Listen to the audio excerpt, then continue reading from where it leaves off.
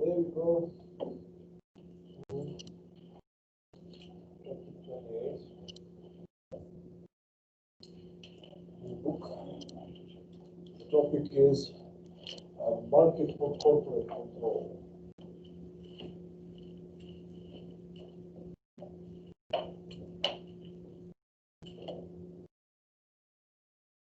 So last time we discussed the basic theory of the firm and the distinctions and typological classifications of different types of firms, their advantages and disadvantages, and their differential features, different features that they have, and how do they affect the efficiency of different types of firms. As part of that, we've seen that a major problem facing the corporate type of the firm, which is the separation of ownership and control, is a potential conflict of interest between shareholders and managers. So that's a defining feature.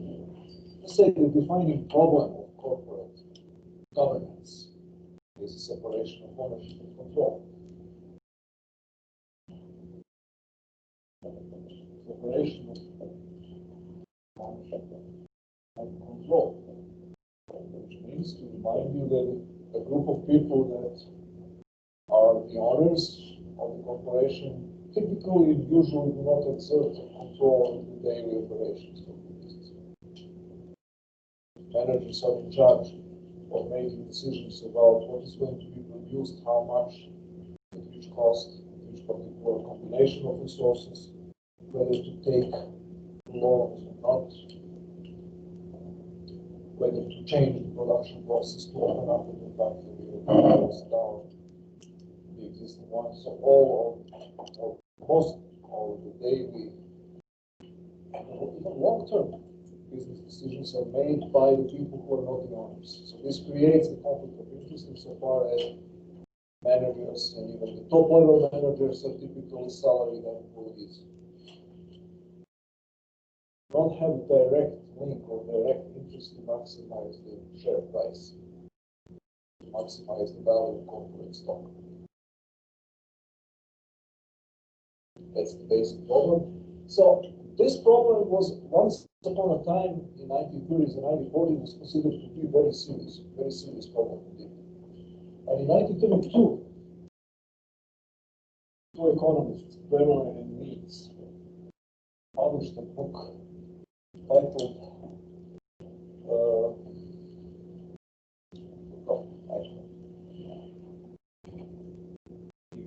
now because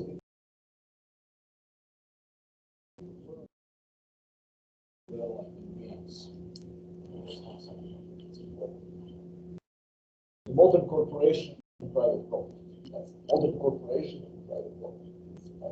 And the basic idea was that the modern corporation is strange beast insofar as the private owners are not the people who control how private ownership is going to be used.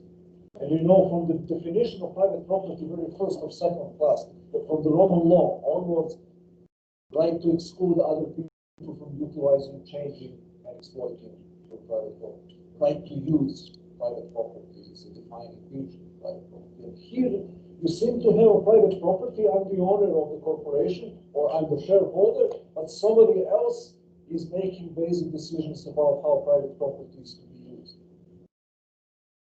That seems like a highly inefficient way of organizing production. Now, today's class is actually devoted to an explanation of how is it possible to have the Berle and Means problem, the problem of separation of ownership and control, that should, in theory, give you a very inefficient type of organization. Moral hazard. Somebody is making decisions about other people's money, and that person doesn't bear the costs of their decisions. That person works for salary, for a wage, which is not directly correlated in any way to the performance of the corporate stock. So that's a kind of prima facie theoretical reason to doubt the viability and efficiency of corporation. On the other hand, what do we have? We have an empirical evidence that says that 95% of economic value created in this country is created by corporations, by the same type of organization that the theory says should be inefficient. How come?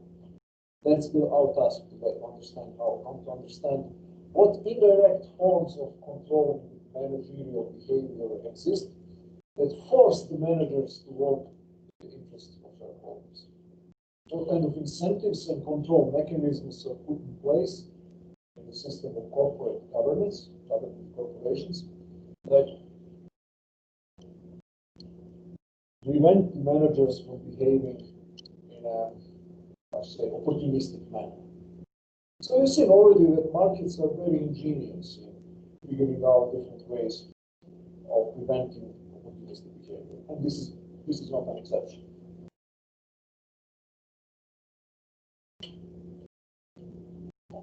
So the first thing from which we have to start understanding how content managers cannot indefinitely perform poorly and get away with it is to realize that in business, in private business, independent outside observers, be them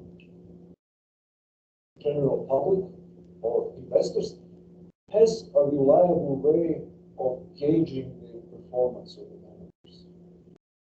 So the first step in controlling the bad behavior of people who should be maximizing the value of corporations is to figure out whether it is an objective criterion or a set of criteria by which we can gauge and judge their behavior. The first among these criteria is the stock prices.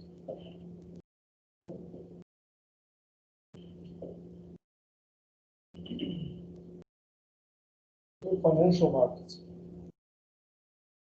what is the value of information about stock prices? What are stock prices? We analyze that for a moment. What information is contained in the current, present stock prices of any corporation? Future, that's very important. It has to do with the future. It's a best currently available evaluation by the business community, interested community of traders, their best assessment of potential future performance. Future profitability. So stock price is a prospective price. It doesn't tell you much, typically, about the present conditions. We can use present conditions as one of the pieces of the puzzle, one of the reasons to price stock higher or lower. But what stock prices convey is an information about how the current business community, people with skin in the game, who buy and sell shares, value the prospective future profitability of that. And if that business community says that the corporation A, that the share price of corporation A increases, that means that they estimate that the current management, whatever they happen to be doing, is likely to result in an increase in stock prices in the levels of profit of that corporation. So that's a good news for corporate shareholders. Current profitability is not good enough. So the stock prices evaluate the future, so you can have a situation in which firm doesn't have profit, doesn't in an accounting fashion is not profitable. The firm might be losing money and nevertheless the stock price can be increasing. But plenty examples of that. Amazon.com and its first profit, I think in the 6th or 7th year of its existence. For 7 years, Amazon.com was a firm making losses. And yet its stock price kept increasing. Why? Because investors believe that Jeff Bezos knows what he's doing, and eventually the firm is going to turn out profit. It happened to be true. So that tells you that the stock price is a future-oriented price. It evaluates the future performance. So why is this important for controlling the managers? Because that's an objective criterion, you have the first inkling of how to evaluate whether people who are now doing something within the corporation, how well are they performing. So this is very different from, for example, government. Even before you start thinking how to replace a bad management or how to govern the corporation, you have a much bigger headache when you run a government agency. Is there an objective criterion based on which you can gauge how efficiently, for example, the EPA is performed, or Department of Justice? Is there any? What?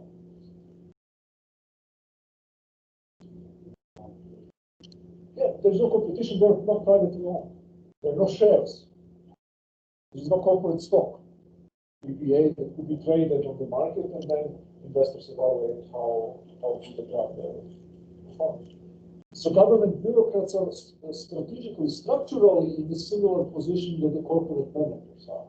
There are people who work for wages, and their interests might not align with their bosses, or the bosses' people and politicians, military coalitions, and people. They should be working for the people, but they can get away with doing a poor job because there is no objective criterion based on which you can judge how well they perform. EPA is not going to go bankrupt.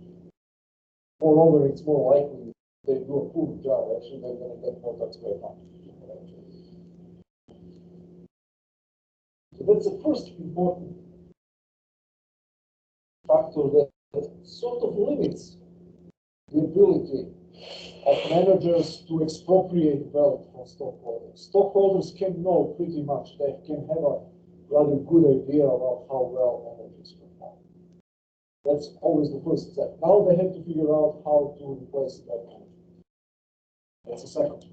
Or how maybe not necessarily how to replace the management, but maybe how to incentivize managers to work better if they don't work well.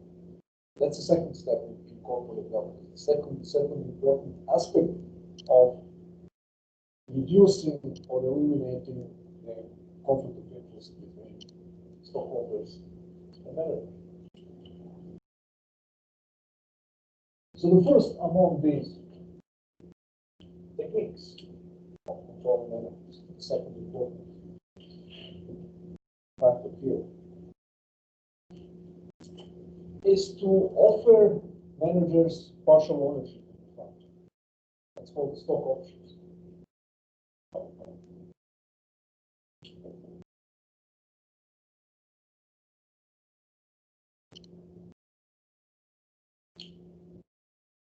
That means I don't receive $500,000 fixed salary. A year I get $300,000 and a certain number of shares in the corporation. If I get either at a discounted price or I get for free as a CEO. So why is this a good move on the part of stockholders? Now I get skin in the game. I have a private interest now, individual interest to maximize the share price because I'm going to get wealthier if the stock price increases. Significant part of my compensation package now is performance-based, let's say. It's not just a fixed salary where I can sit, do nothing, and I'm going to get the salary that I get. Increase it now I have a positive incentive. It's not a fear that I'm going to get fired, but it's actually a positive incentive to work better because I'm going to get more money if the share price increases. That's another reason why you can see that this conflict of interest might not be so pernicious, might not be so unbreachable, this gap between the shareholders and the managers. And many modern corporations do this. Many of them incentivize their employees in that way.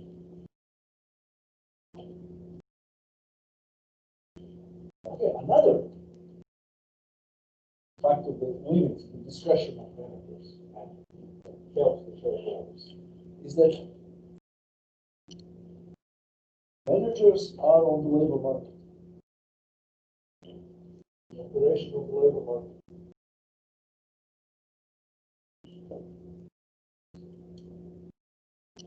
That means that the services of CEOs are priced on the market just as services of any other worker. There are different segments of the labor market. You have a minimum wage segment, you have a segment where college professors, you have this and that. Labor market is not just one homogeneous thing. There are different sections of the labor market. Market for corporate managers is a part of the labor market. So although corporation in and of itself is a non-market institution, in the sense that inside the corporation, decisions about the allocation of resources are not made based on buying and selling, supply and demand, but how are they made on the basis of simply issuing orders and following orders. Managers make decisions, workers carry out those decisions. Although that's the case when it comes to the internal structure of the firm, nevertheless, the outside markets influence how the firm operates. And one of the ways in which the outside markets influence the way how the firm operates is that the labor market filters out good managers from that. Can I just show up now at Coca-Cola and say, please employ me as the deputy or as the deputy CEO, because believe me, I'm very good. No. Actually, I have to prove a track record of making money for shareholders beforehand in order to get an opportunity to work at a very senior position.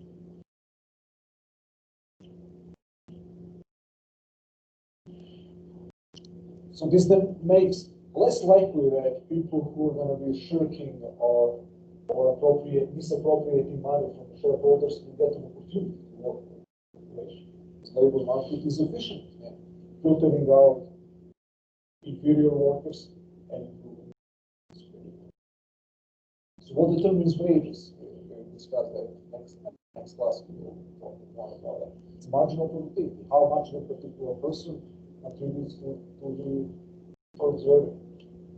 The reason why is this guy, Elon Musk, why his salary is extraordinarily high, because he knows he improves the value of corporate stock, his marginal contribution is huge.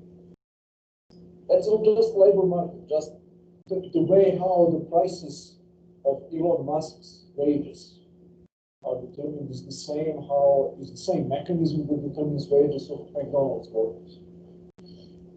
Same principle of marginal productivity, how much that particular person increases corporate revenue by doing whatever they have to do.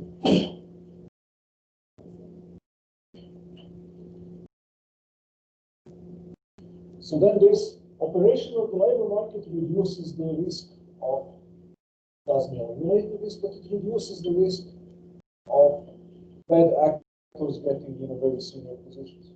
So you have to demonstrate already a track record of making money for shareholders, to get an opportunity to govern the corporation, to make decisions about corporate policy.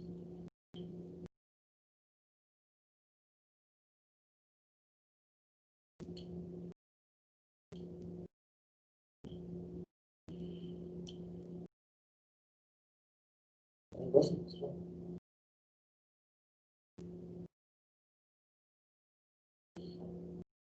Okay, there is one more problem of the corporation and one more way how to solve it.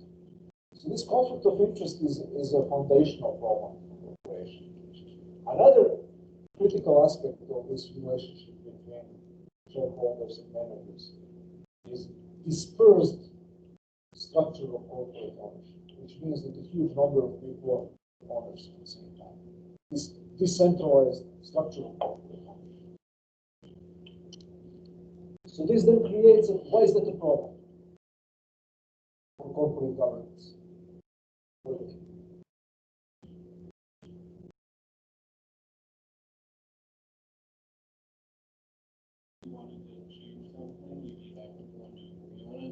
Exactly. So the transaction costs of coming up with any kind of corporate policy are much higher. Thousands of small shareholders. And to decide what to do, whether to fire this manager, and even when they fire him or her, what to do further. So then you may decide, even if we agree that William is a lousy manager and we need to fire him, if we cannot agree beforehand with whom to replace him, we will not fire him. So this decentralized structure of ownership gives additional security to bad managers because it prevents easy and costless elimination of those managers by increasing the costs of negotiations between different groups. So one way around this is actually concentration of corporations.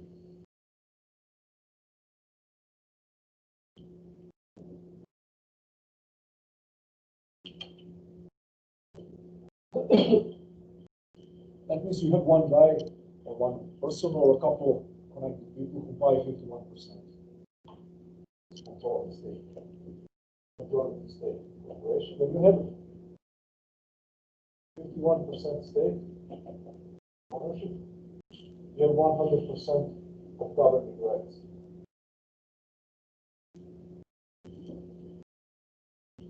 That's the key. A majority package of shares, you decide about that. You don't have to pay any attention to what 49% minority shareholders. They have certain kind of legal protections, different kind, but in principle, in general, all basic decisions are made by majority. The board of directors, top level managers are appointed by the majority. So that's one way around this problem of the dispersion of corporate ownership. Now, what is the problem with this? The problem with this is that our society has this irrational, hysterical fear of monopolies and concentration of ownership. We don't like that. We don't like big ones. Traditionally, how this worked before 51 majority gives you 100% of governing rights. That's governing rights.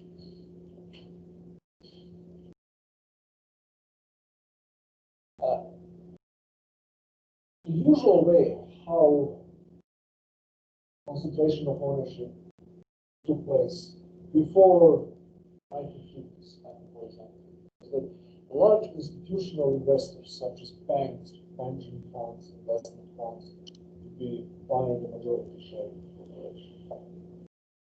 They would be the owners. And this happens in many other countries, even nowadays. In Japan, it's very widespread now. Pension funds, mutual funds, banks, large banks, controlling the 51% of corporate shares. In America, this was with an advent of antitrust regulation. You remember the interlocking directorates. This is prohibited. The same people serving two corporate boards, and there's intermingling of the governing structures of the two firms. This is considered to be bad from a business behavior. So actually, I think it was the Robinson-Putnam Act in 1938 that prohibited large institutional investors such as banks and pension funds to keep majority stake in large corporations. So this then discouraged the concentration of corporate ownership. By the dispersion of corporate ownership in America is to some degree a byproduct of this policy, preventing large banks from controlling corporations. But no, you don't need institutional investors very often. You will have one person or two persons. So, for example, Walmart, actually, the Walton family controls 55 or 57%, a couple of them.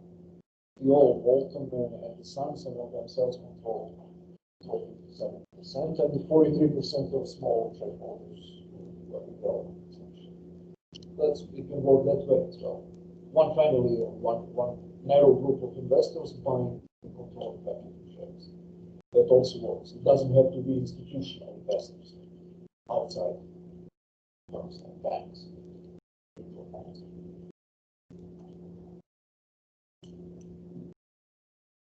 So then it's much easier, of course, to control the managers. Father and two sons are much easier to make any agreement to decide what to do than 357 agreement.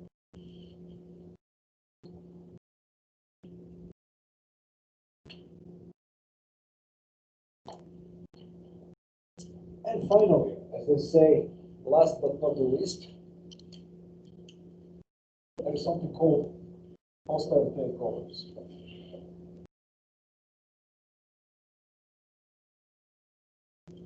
That's the ultimate protection against the managerial misbehavior.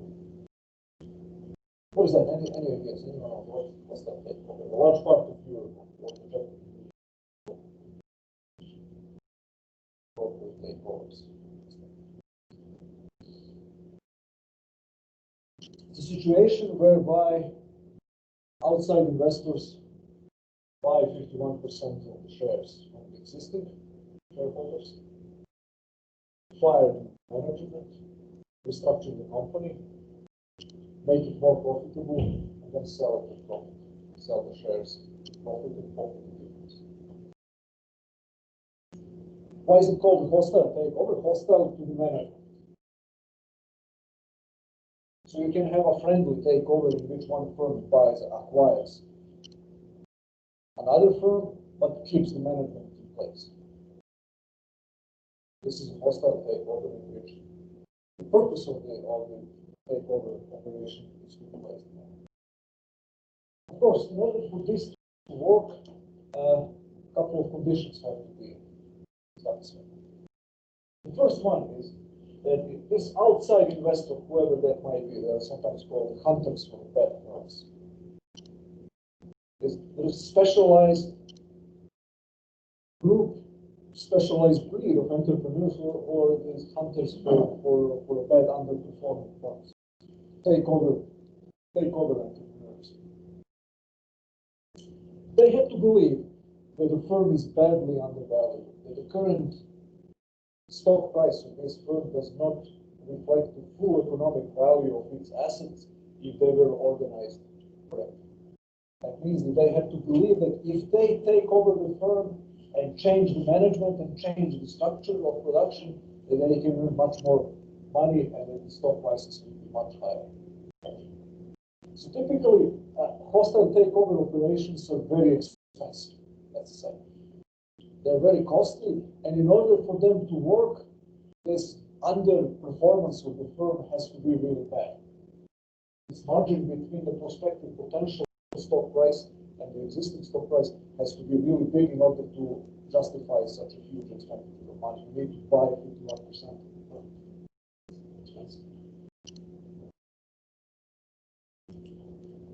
So the business model is similar. You buy an undervalued firm, you then fire management and replace it. Typically, what happens in the takeover operations is that the firm gets restructured.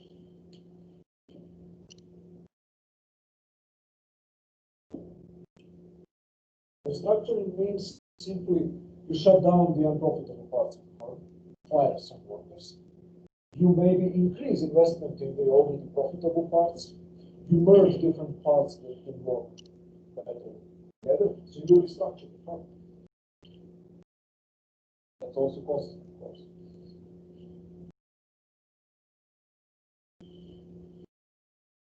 Eventually, what you do, you pocket the difference. You arbitrate away the difference between the current stock price and potential future higher stock price.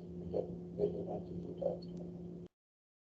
It's a market arbitrage. Market arbitrage that you buy something cheap and sell it more expensive. That's one of the basic entrepreneurial mechanisms. In this particular case, you arbitrage actually future stock prices that are, you arbitrage the low current stock prices against the future higher stock prices that you're going to create by starting.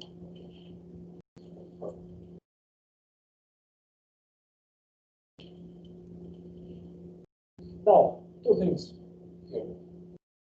Bear in mind.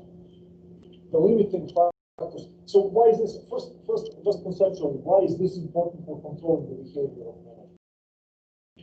Hostile takeover threats.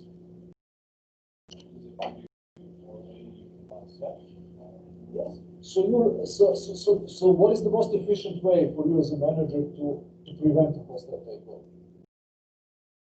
What is the most efficient way? Yes. To reduce the margin between the current stock price and potential future stock That's good for shareholders. That's what shareholders want. They want the higher stock price right now. So your job security essentially depends on your performance in increasing stock price. Lower the margin between the potential stock price and current stock price, the lower the likelihood of hostile takeover.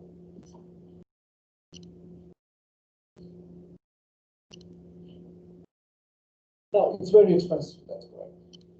Now, how hostile takeovers are financed? That's the first aspect here. Costs, finance.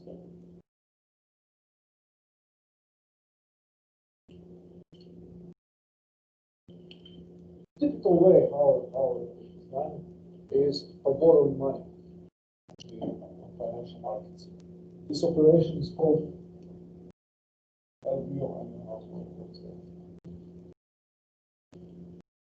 leveraged buyout. So you leverage yourself, you borrow money in order to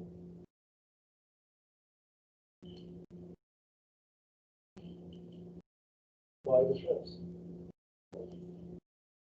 So why is this so expensive? Because you have to offer first, you expect to have a higher share price in the future. Of course, that's the basis for the entire business model. But in order to entice 51% of stockholders to sell you right now, you have to offer them more than the current, very often significantly more than the current stock prices.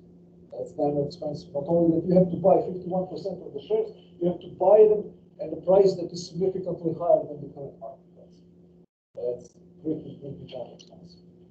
So you have to leverage, in most cases, leverage buyout. Now, there are specialized, just as there are specialized entrepreneurs who specialize in taking over underperforming firms. There are specialized entrepreneurs who provide the funding for them, provide the money for them. In the 1980s, 1990s, one of the wealthiest men in America was a guy named Michael. Never heard about Michael. Now he's a big philanthropist and so on. He used to be the guy who provided money for hostile takeovers. He was known as a junk bond king.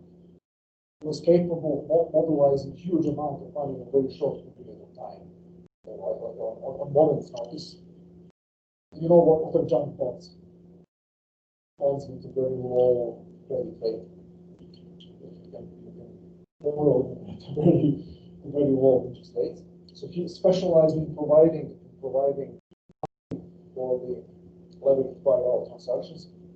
And what is his business model? I'm going to provide you with $1 billion of money.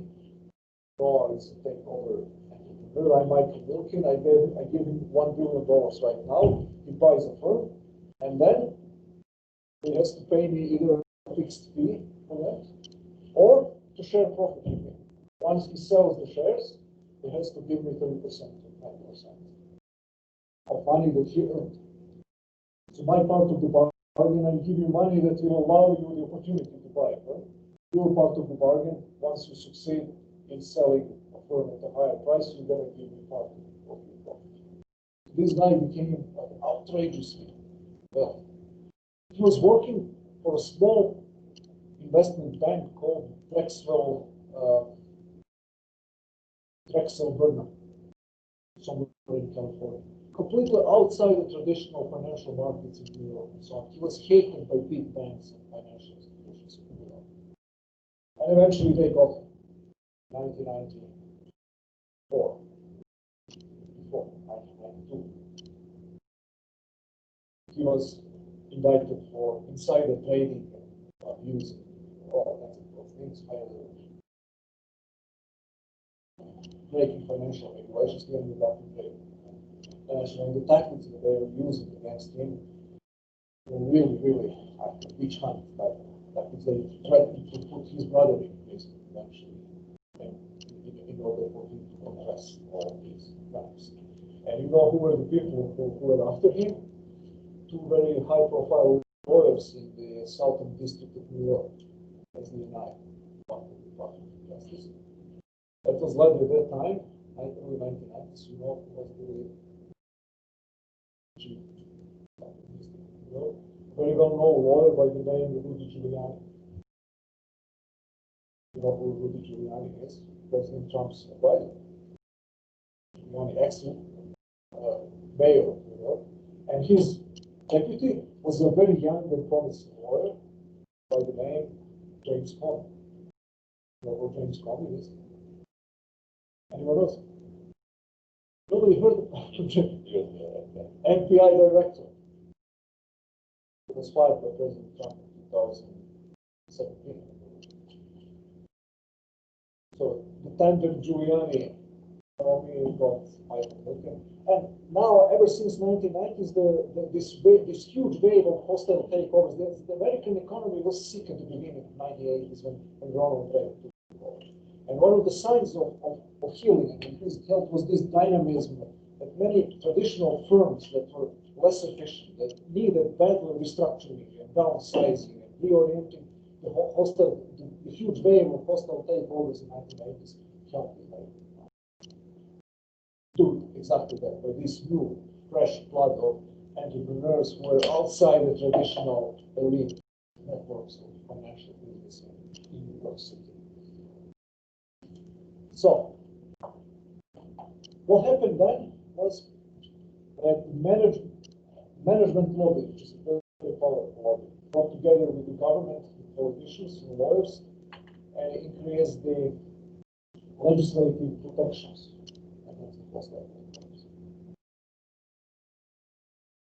That increased the costs of hostile takeovers. Different kinds of tactics that the management can use to increase the cost of takeovers. One of them is that the regulations before 1980s, you could submit the offer to shareholders of a corporation overnight. And the management didn't have enough time to react, didn't have enough time to counter your offer. Now the regulation was passed, of course, always in the name of transparency and consumer protection. The tender offer has to be public. Public status process 72 hours before you can buy shares. I, such and such, offer to buy 51% of the shares of such and such company. So at this price, that was the price.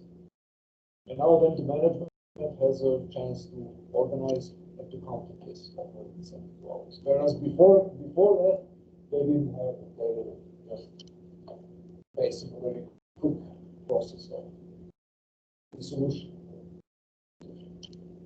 Also, there are other techniques, other mechanisms, sometimes regulatory, sometimes just contractual mechanism, whereby management can protect its position against the hostile takeovers. One of them is the golden parachute. So, you know, what is the golden parachute?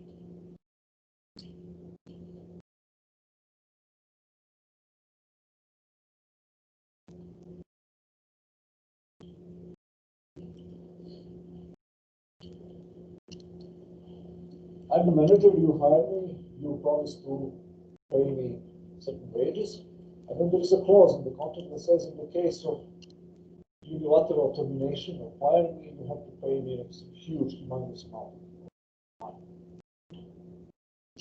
So then if a hostile takeover takes place, the new owner will have to pay whatever, $100 million, which increases the costs of hostile takeover, making it less likely.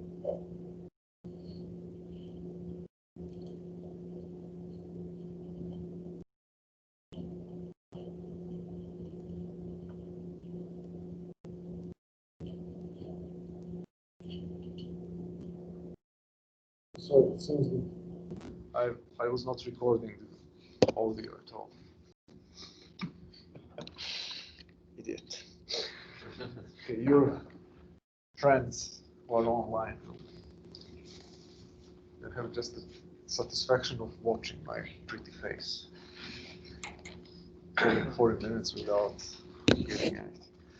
Okay, so golden parachutes, poison pill. Go ahead. Yeah, so I'm just kind of curious, I'm a little confused. it seems like hostile takeovers only happen to businesses that kind of need the restructuring. Yeah. So why should companies try to protect against that?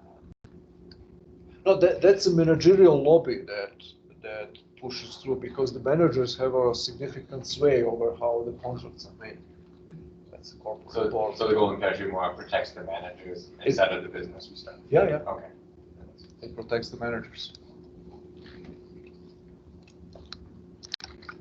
It increases job security for managers.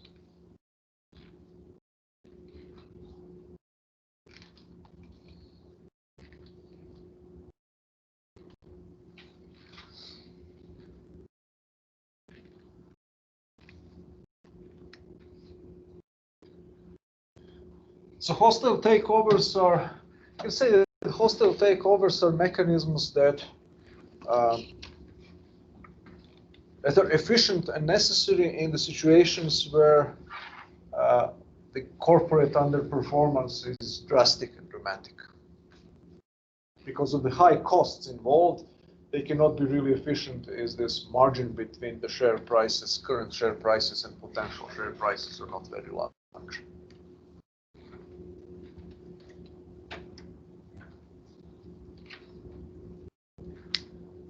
Now, all this being said, one underlying assumption that we accept throughout this analysis is that we know what the function of a corporation should be, what the corporation should be doing. We are just deliberating and debating how to make it perform this function, but we know what this function should be. The function is to make money for the shareholders, for the stockholders. That's the idea. Our technical question is now how to force, how to nudge, how to blackmail, how to incentivize the managers into doing what we want them to do. Now, this is not universally accepted anymore. This is a traditional view of capitalism, which is called stockholder capitalism. Stockholder capitalism, which means that the capital is operation of the market, and the function of the corporations is to maximize the level of profit for the shareholders. Not to maximize the wages for managers or workers, not to maximize the job security for the union members of the labor force, not to maximize the protection of the environment, not to maximize the economic prospects of local communities that depend on a corporation, not to minimize inflation, nothing. Just to make money for the stockholders. Now, with the advent of this new theoretical model in modern economics, which is called the corporate social responsibility. Anyone heard about that? That means it's not your goal, social responsibility. It's not the only responsibility of a corporation to make money for the shareholders. It has to achieve other goals in the same time, whatever that might be. That's called the stakeholder capitalism. Stakeholder capitalism. Other people have a stake in a corporation, irrespective of the fact that they're not the owners, the shareholder. That's a local community.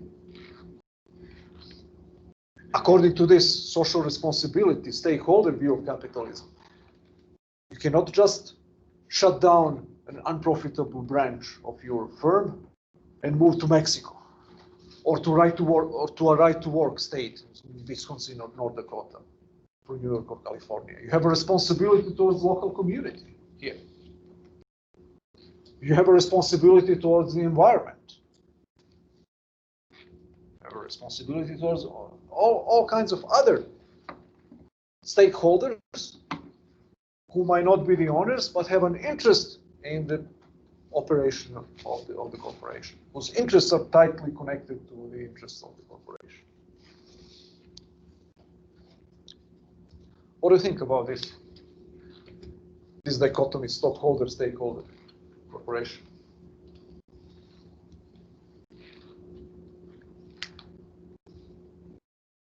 Which model works better? Can they work in the same time?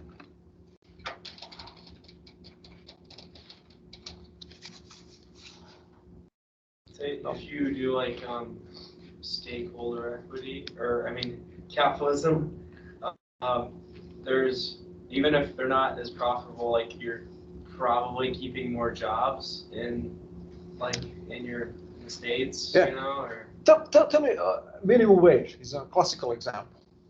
Some companies promise to pay $15 minimum wage. Why would they be doing that? I think because the corporate chiefs and the owners like to pay more to workers. They want more competitive people, or like better people maybe? That would be one, yeah, better people. What else? Or else you can get as a corporation by paying $15 minimum wage.